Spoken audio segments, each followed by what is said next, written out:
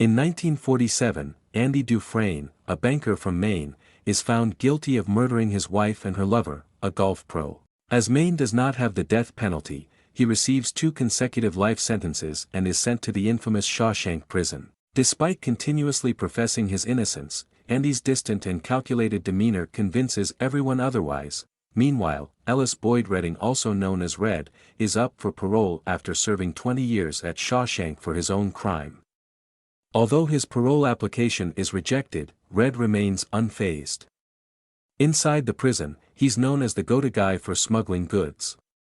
When new inmates arrive, there's a betting game among the prisoners to predict who will break down during their first night in prison. Red places a significant bet on Andy. Unexpectedly, it's another new inmate named Fat Ass who breaks down and suffers a brutal beating from the chief guard, Byron Hadley, resulting in his death. On the contrary, Andy remains composed and unyielding. After some time, Andy approaches Red, aware of Red's reputation for procuring items. He asks Red to find a rock hammer, explaining that it's essential for his hobby of rock collecting and sculpting. Red inquiries about Andy's intentions but is met with laughter and vague answers. Nevertheless, he agrees to help and warns Andy about a dangerous group of prisoners called the Sisters, led by Boggs, who takes an unhealthy interest in Andy. Although others see Andy as emotionally distant, Red is drawn to him from the beginning, sensing something different about him. Red suspects that Andy might use the hammer to escape in the future, but when he finally sees its true size, he dismisses the idea. During the first 2 years of his imprisonment, Andy works in the prison laundry and faces constant harassment from Boggs and his gang. Despite putting up a persistent fight, Andy receives regular beatings and S.A. After some manipulation, Red manages to get Andy and a few friends assigned to a roof tarring work detail, a break from their usual routine. During this job, Andy overhears the prison guard Hadley grumbling about upcoming inheritance taxes he has to pay. Utilizing his banking expertise, Andy suggests a way for Hadley to avoid IRS scrutiny by presenting the money as a one-time gift to his wife. In exchange for helping with the paperwork, Andy requests some cold beers for his fellow inmates. Initially, Hadley threatens Andy, but then, he agrees to the deal, and the inmates enjoy the cold beers as they finish the job. One day, while watching a movie, Andy approaches Red with a request to obtain a poster of the actress Rita Hayworth. Red is surprised but accepts the task. However, on his way out of the theater, he encounters the sisters again and gets beaten, nearly destroying him, and as a result, he gets put in the infirmary for a month. Hadley then beats and cripples Boggs, who is subsequently transferred to another prison. The sisters, after facing Hadley's rage, decide to leave Andy alone for good. Once Andy recovers from the injuries, he is amazed by the gifts from Red and his friends, a collection of rocks for his sculpting hobby and a giant poster of Rita Hayworth in his cell. Warden Samuel Norton learns about Andy's assistance to Hadley and decides to conduct a surprise cell inspection to assess Andy's character. During the inspection, Norton finds Andy reading his copy of the Holy Bible, and they engage in a conversation about their favorite verses while the guards searched the cell for contraband. Satisfied after finding nothing illegal, the warden departs, almost forgetting to return Andy's Bible. He encourages Andy to continue reading it, remarking that salvation lays within. Following this encounter, Andy is reassigned to work in the prison library alongside the senior inmate Brooks Hatlin. It becomes evident that the reason for this transfer is to utilize Andy's financial expertise. A prison guard approaches Andy seeking financial advice, prompting Andy to set up a desk in the library and offer financial advice to several guards, including help with their tax returns. Seeing an opportunity, Andy begins asking for the expansion of the prison library by reaching out to the Maine State Senate, sending weekly letters in pursuit of funding. His financial support draws attention, even attracting guards from other prisons who seek his advice during inter-prison baseball matches. Even Norton himself asks Andy to do his tax returns. Shortly after, Brooks, overwhelmed by the life outside the prison walls after spending 50 years at Shawshank, has a breakdown. He threatens to kill Haywood in a desperate attempt to avoid leaving the prison. Andy intervenes and manages to talk him down. As their friends discuss Brooks' behavior, Red empathizes with him, recognizing that he has become institutionalized, and for Brooks, the prison walls have become a comfort zone, and he is unable to adapt to the outside world. After being granted parole, Brooks moves out and gets a job at a supermarket, which he struggles to handle. He eventually takes his own life, leaving the message, "Brooks was here," carved into a wooden beam. After 6 years of persistent letter writing, Andy finally receives $200 from the state for the library, along with a collection of old books and phonograph records. The state senate hopes that this contribution will stop Andy from continuing writing. Instead, he doubles his efforts. Among the donated records, Andy discovers a copy of Mozart's The Marriage of Figaro. He then locks the guard assigned to the warden's office in the bathroom and broadcasts the music over the prison's PA system. The music touches the souls of everyone, reminding them of a sense of freedom. Norton is angered and demands that Andy stop the music, but Andy turns up the volume instead. Consequently, Andy is sent to solitary confinement for 2 weeks. After being released, Andy shares with his friends how the music and the power of hope sustained him during the difficult time. Red, however, disagrees and believing that hope is dangerous in a place like Shawshank. He tells Andy to adapt to a life without hope. But Andy implies that this is what makes Brooke end his life, and Red leave the table angrily. Soon later, Red has another parole hearing after 30 years of imprisonment. He repeats the same words he used 10 years earlier, without any hope, as his parole is rejected once again. Andy gifts him a harmonica, and in return, Red gives Andy a giant poster of Marilyn Monroe. 4 years after the first donation, the state senate finally realizes that not enough to dissuade Andy.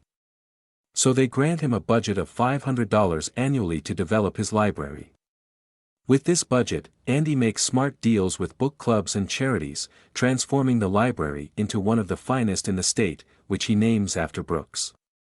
With more resources, Andy takes on the role of a mentor, helping inmates who want to obtain their high school diplomas, so they can get better jobs upon release. Meanwhile, Warden Norton profits from Andy's knowledge and set up a scheme in which he exploits prison inmates as cheap labor for public projects, outbidding other contractors and accepting bribes from others for the opportunity to score projects. Andy will launder the money through various accounts and investments under the fake identity of Randall Stevens, a man who only exists on paper. This elaborate setup makes it nearly impossible to trace the money back to Norton or Andy. In 1965, a new prisoner named Tommy arrives at Shawshank for break-in.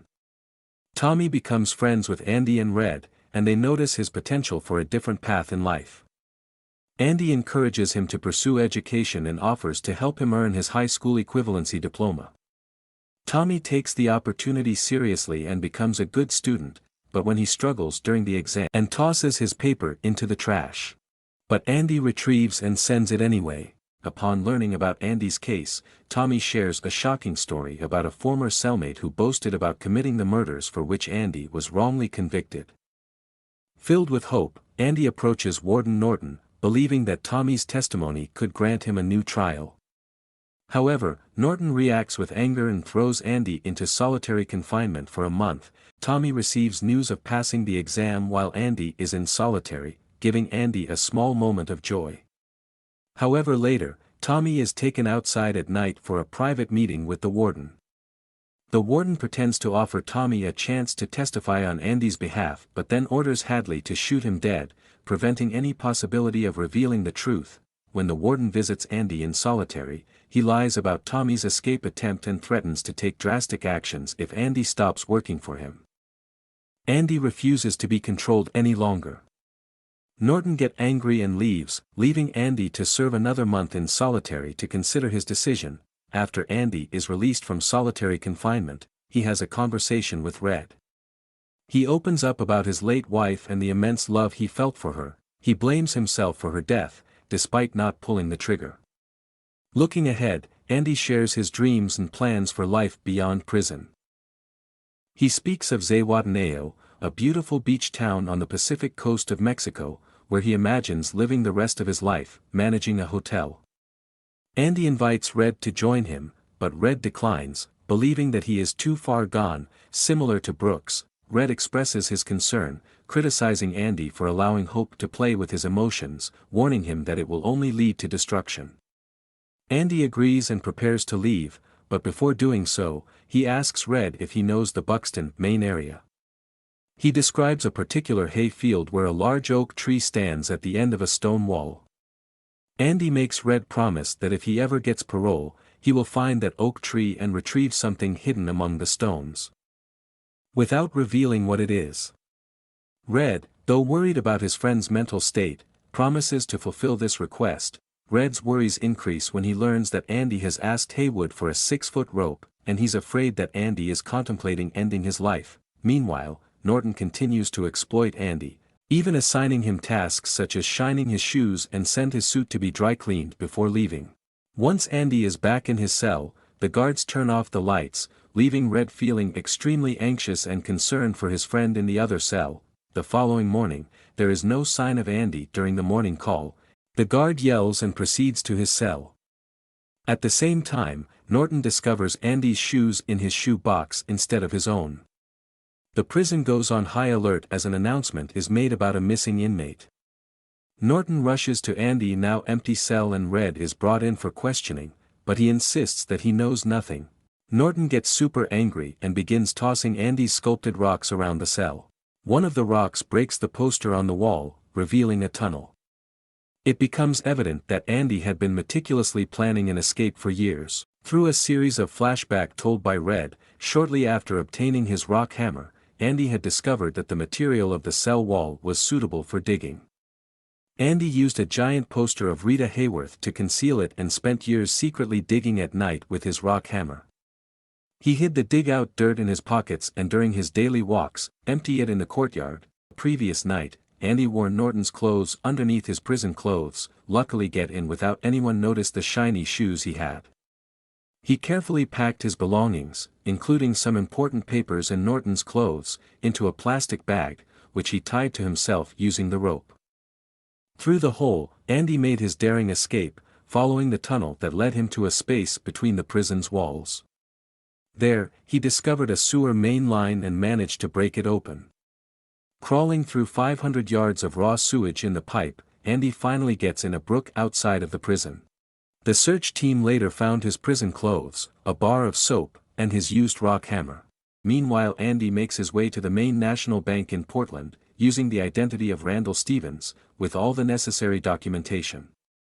He closes the account containing Norton's embezzled money and leaves with a cashier's check, and ends up with more than $370,000. Before leaving, he arranges sending a package containing Warden Norton's accounting books, with his written confessions and testimony, to be delivered to the Portland Daily Bugle newspaper. Soon after, the Maine State Police and the reporters arrive at Shawshank Prison. Hadley is arrested for Tommy's murder, and Warden Norton faces a warrant for his arrest. Norton opens his safe in the office, untouched since Andy's escape, only to find the Bible he had given Andy, with a note inside saying that salvation did lay within. Opening the Bible to the book of Exodus, he discovers that Andy had meticulously cut out the pages in the shape of his rock hammer. In a final act of desperation, he commits suicide by shooting himself in the head as the police pounds on his door. Shortly after Andy's escape, Red receives a postcard from Fort Hancock, Texas, with no words written on it.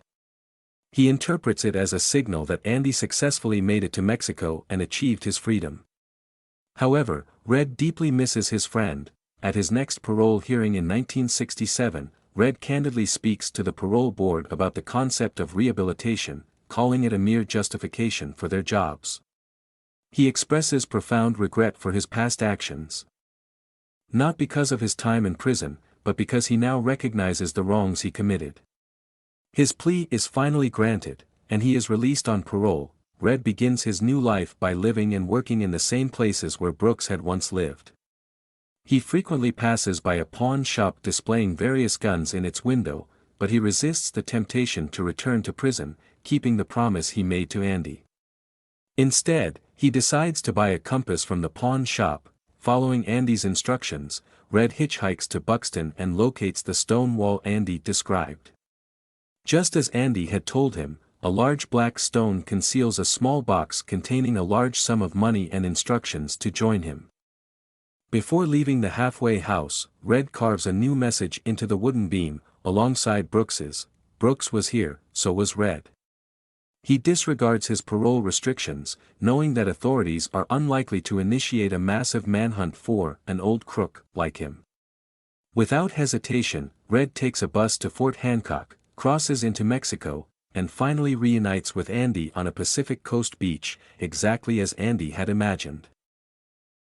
Thank you for watching. Subscribe and like for more videos like this.